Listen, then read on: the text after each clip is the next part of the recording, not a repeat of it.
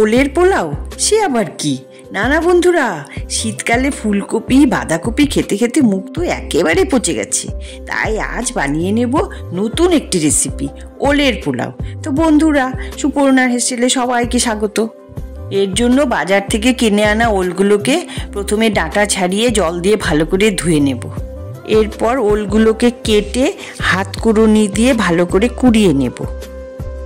এবার একটি কড়াইতে তেল দিয়ে একটু গোটা গরম মশলা, দুটো তেজপাতা আর ধুয়ে রাখা এক মুঠো গোবিন্দভোগ চাল দিয়ে একটু ভেজে নেব।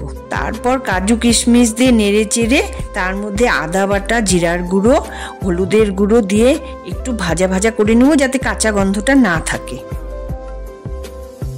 এরপর কুড়িয়ে রাখা ওলগুলো দিয়ে তার মধ্যে লবণ ও একটু কাশ্মীরি লঙ্কার গুঁড়ো দিয়ে নাড়াচাড়া করে একটু জল দিয়ে দেব যাতে চালগুলো সেদ্ধ হয়ে যায়। সব শেষে একটু চিনি, গরম মশলার গুঁড়ো আর একটু ঘি দিয়ে নাড়াচাড়া করে নিলেই তৈরি হয়ে গেল আমাদের ওলের পোলাও। আসলে এটা ওলের ঘন্ট, কিন্তু খেতে একদম পোলাওয়ের মতন। তাই আমি আমার ছেলেকে ছোটবেলায় ওলের পোলাও বলেই খাওয়াতাম।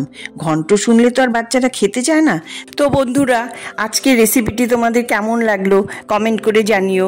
আজকের মতন টাটা।